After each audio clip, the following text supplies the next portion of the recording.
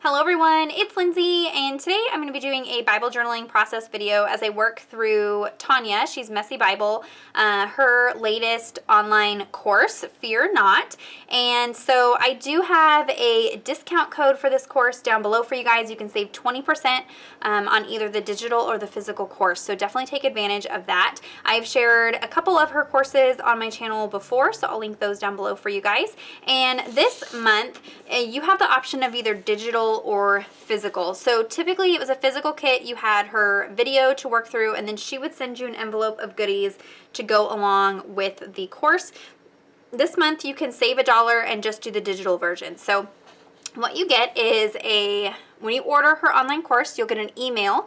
In that email will be a PDF linked with the information to watch the video, and then it will also include, if you get the digital version, the printables. And so the printables for this course is this sheet here that has the 4 different sized titles, Fear Not. So depending on your style or the type of Bible that you're working in, you have some options there. And then you also get this template here, the stained glass template. So we will be tracing this into our Bibles, and this she shows in the video, you can kind of fold and adjust to the size that you want and the position that you want on your Bible page. And it is big enough. I'm going to show you how to use it. I'm using the Illustrating Bible. It'll work in that as well, and I'll show you how that works out. So that's what you get with the Fear Not course. Like I said, there's a 20% off discount code down below. I'll try to put it on screen here for you guys too, and you can use that and save even more money. They're already a very cost-effective online course, and the way her videos work is she shares the devotional content face-to-face with you,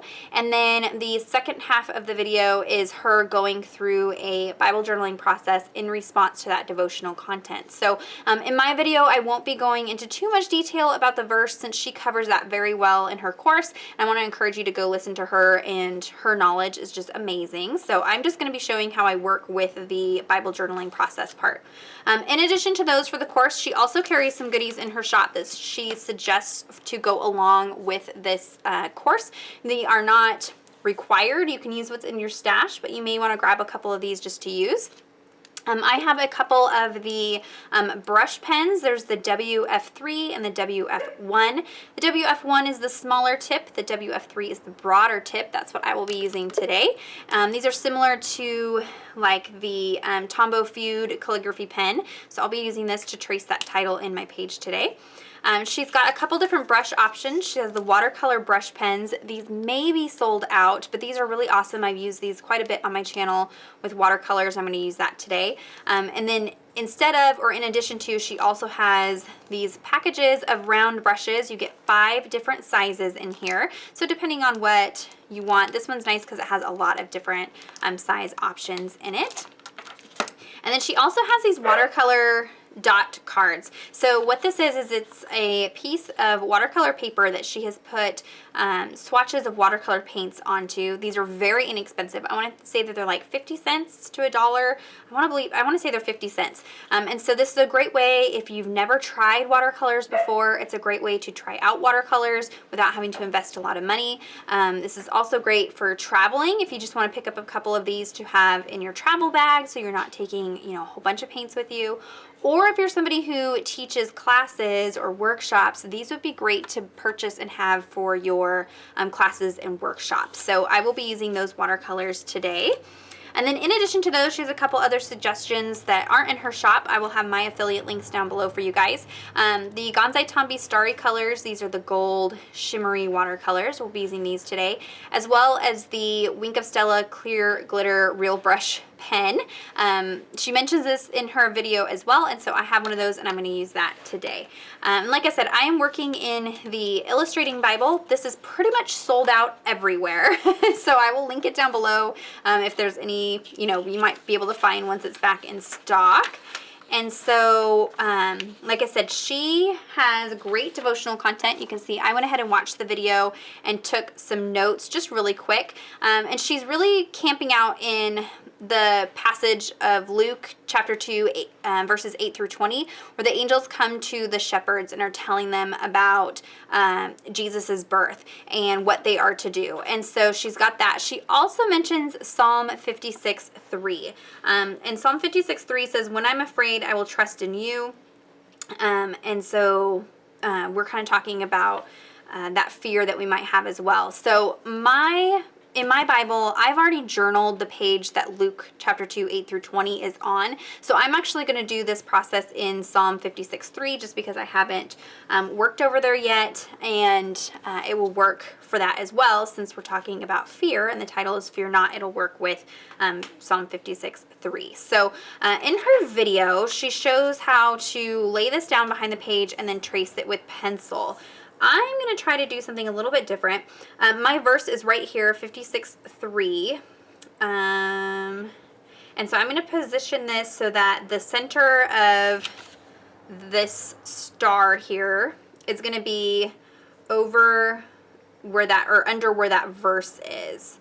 Okay, and so then in her video, she takes a ruler and then draws pencil lines. But I think I'm going to try to use this really thin washi tape and lay that down over the lines. And that way when I go to paint in, I'll let it dry. And then when I pull up the paint, ideally, I will have white space left where the washi tape was. And then I can come back and fill it in. So this is maybe going to be a little bit more tedious than drawing the pencil lines in, but then I don't have to worry about coming back and erasing the pencil lines and things like that. So we're going to give this a go. I'm going to go ahead and put you on fast forward, and I'm going to go ahead and stick down my washi tape, and then we'll just kind of go through the process of this entry. Okay, so I'm going to say to continue watching this to see how not to follow one of Tanya's classes. So you can see here I'm sticking down the washi tape.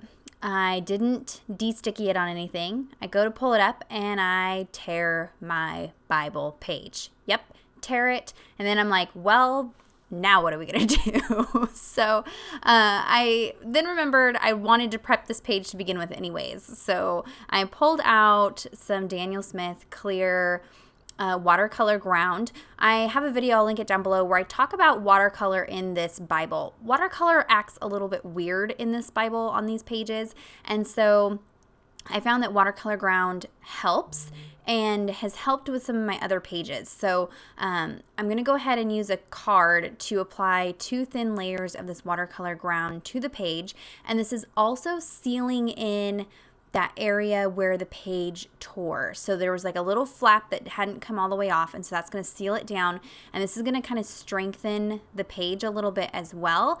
And my hope is give a surface that the washi tape will come off of easier, and I'm hoping that my watercolor will behave a little bit better on top of the watercolor ground. All that to say, it doesn't work out. So this video is so full of bloopers and messes and oopses. It's a mess.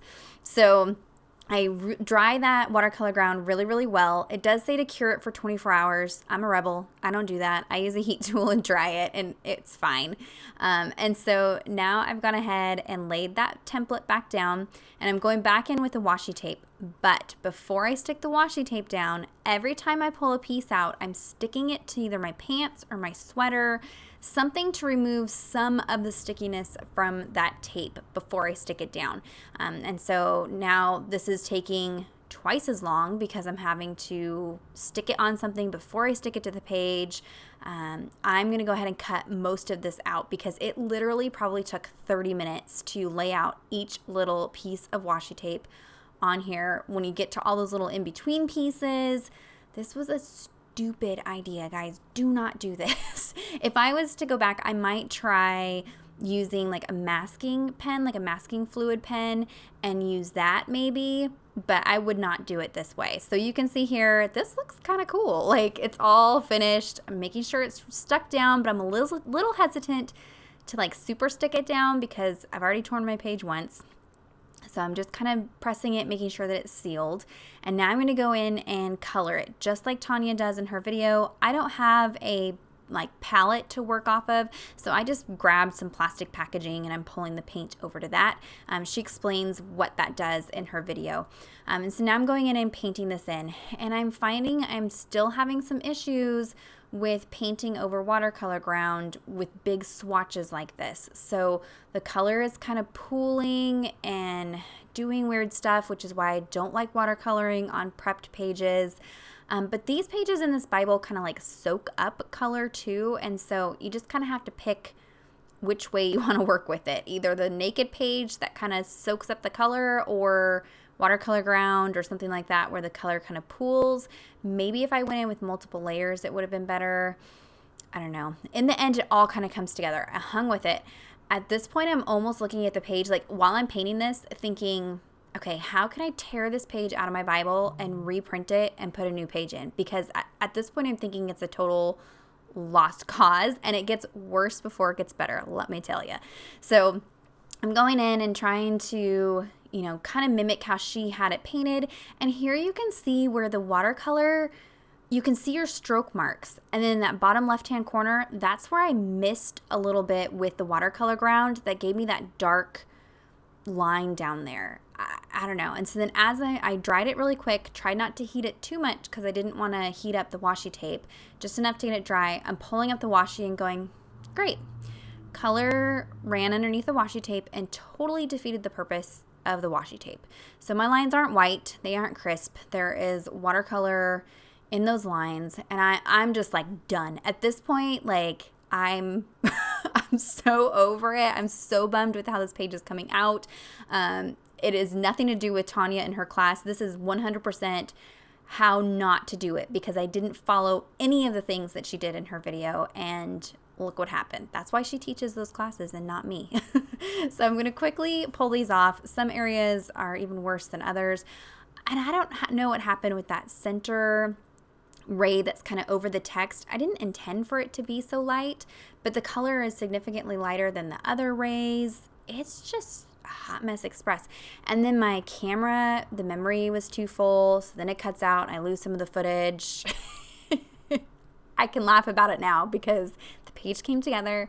I spent time. Really, I enjoyed the devotional content from Tanya, and that was way worth it for her, how this all came out.